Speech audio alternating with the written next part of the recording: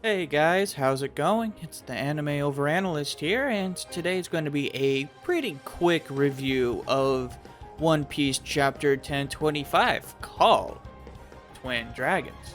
Trying to point with my left hand. I'm right-handed, so pointing with my left hand feels really weird, but at least I got the pointing right. Anyways, it's a pretty, I won't say short chapter, but not a lot of info dump went on in this one. Like in the previous 10 chapters was just constant info dumping. And this time around we pretty much just kind of sped through the chapter a little bit, but it was still funny regardless. So there's really two main parts of this chapter. Part 1 is that Luffy and Momo need to get to Kaido and Yamato. And part 2 is Yamato is still trying to fight Kaido up on the roof. And so we start the chapter off with Luffy pretty much trying to force Momonosuke to take off. And Momonosuke is terrified because if you remember correctly, the ripe fruit that the ninja lady, I'm blanking on her name for some reason, I just had it, but I guess not. She told him that even though his body will mature, his mind will still remain 9 years old. So he kind of just lost like 20 years of his lifespan by this power.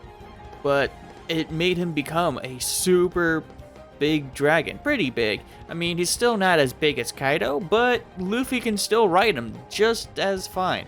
In fact, it was really interesting because Momonosuke is terrified. He's trying to fly up and he's like, my body's frozen. It won't unfreeze. And Luffy's like, you big wimp.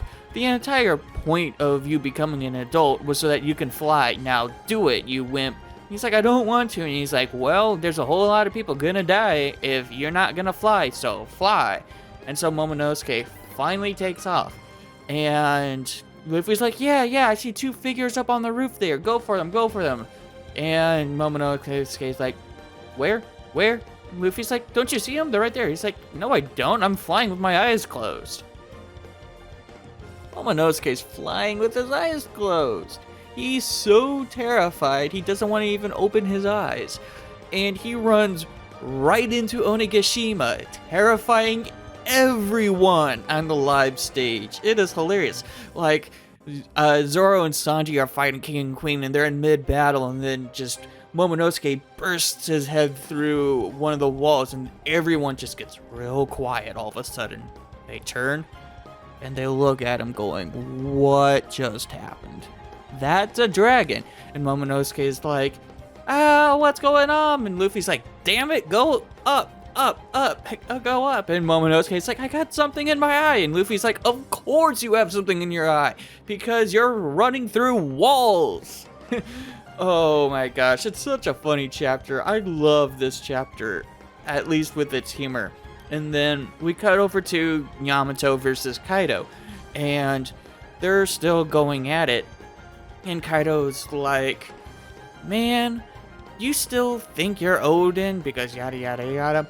And he's like, Yamato's like, well, I have thought about Ace. I had friends. And since Kaido doesn't know about Ace, he thought she was referring to the samurai that saved her. And so he's like, anyone who's friends with you dies. And then we get a quick scene of, 9-year-old Yamato and one of the samurai being crucified. Like, it is gut-wrenching just watching him doing it. It almost was like Ramsay Bolton style from Game of Thrones, like just sitting there out in the public. I'm like, ooh, that doesn't look good. But then Yamato cuts back and is like, fuck you, screw you, Pops.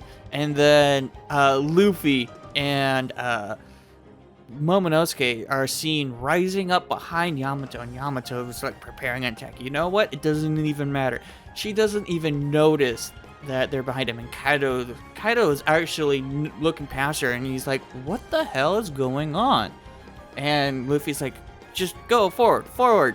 And he does like a no, he goes into Gear 4th Snake Man mode, and then does like a Gomu no stretch, like a rocket, and just bounces off the terrain and punches Kaido right in the face right at the same time that Yamato also hit him with her Kanabo.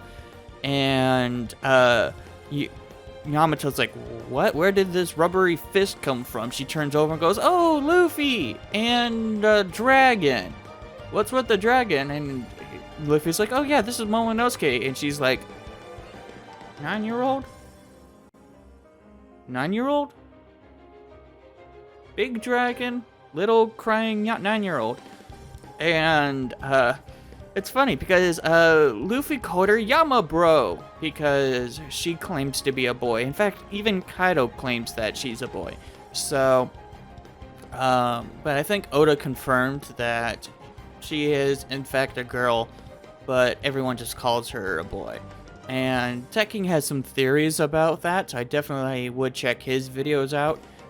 Something along the lines of, he believes that since Kaido wants Yamato to be Shogun, and Shoguns are a male role, that's why he refers to her as his son. Because you can't have like a female on that. And then so Yamato in turn was like, okay, if I'm gonna be a boy, I'm gonna be Odin, just to piss off Kaido. And so I think that's kind of how it went. We still didn't get to see how she consumed the devil fruit, but it's really easily implied that it's possible that the samurai gave it to her. So that's kind of my theories, that one of the samurai may have ended up, maybe have even like stolen one of the fruits from Kaido's men and gave it to her to eat, maybe without even realizing that it was food, because that is still a constant theme of Wano, which is just starvation and hunger. So that was just something that I wanted to keep my eyes out for. Alright, so oh, the last notable moment was Kaido was like, "Who are you?" just staring up at the dragon, and Momo finally opens his eyes. He gives Kaido a serious look and goes, "I am Momonosuke Kozuki, and I will be the next Shogun of Wano." And so that was a very cool moment, trying to show Momonosuke bravery. You know, he's terrified on the inside. We all know that.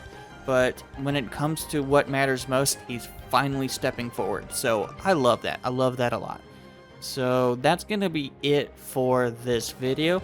Tell me what you guys think about in this chapter down below. I'm the Anime Overanalyst, and I'll see you guys in the next video. Peace.